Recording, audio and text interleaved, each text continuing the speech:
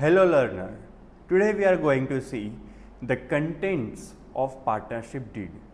In a partnership, there must be a deed, must be a written document, written evidence between the partners to avoid the disputes, right?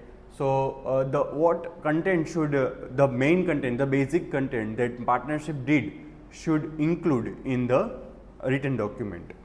The partnership deed usually contains the following details: name and address of the firm और business, जो भी business कर रहे हो उसका नाम क्या है, उसका एड्रेस क्या है, that should be mention in to the partnership deed. Name and address of all the partners, जितने भी पार्टनर्स है वो सारे के सारे पार्टनर्स के नाम, एड्रेस, सिग्नेचर वगैरह चाहिए होंगे. The accounting period of the firm, generally accounting period followed in India is from 1st April to 31st March every year, right? So the accounting period is also mentioned in the partnership deed.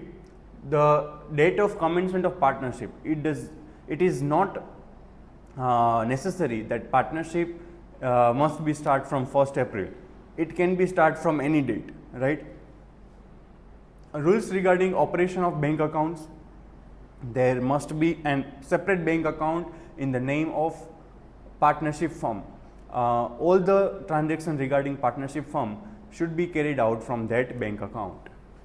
तो वो account bank details की वो bank का details हमें उसमें mention करना है.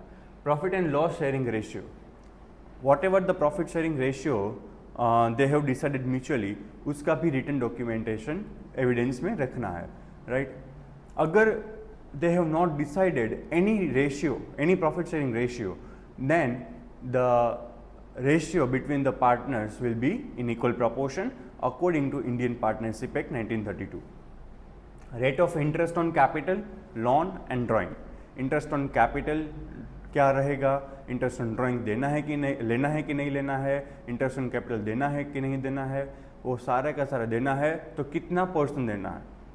Loan लेनी, पार्टनर्स के पास से लोन लेंगे तो कितना परसेंट उसको इंटरेस्ट देंगे, वो सारे के सारी चीज़ें उसमें मेंशन होगी ताकि इन फ्यूचर कोई भी डिस्प्यूट ना हो.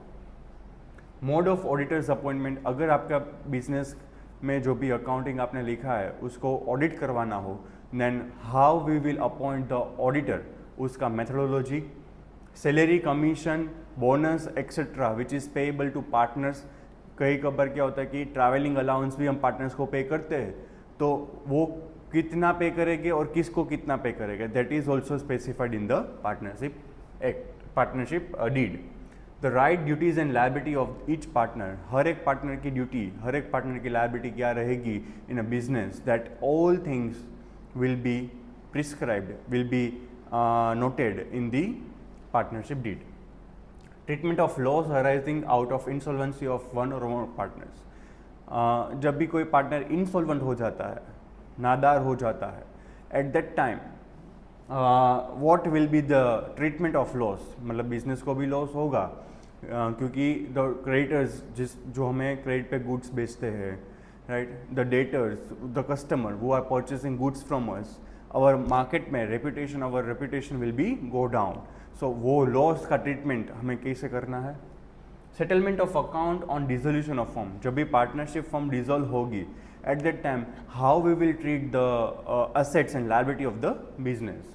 Methods of settlement of dispute among the partner, whenever it might be possible, we are dealing with the money, right? So wherever money is there, so whatever disputes arise between the partner at that time, how to solve that dispute, what will be the jurisdiction of the dispute.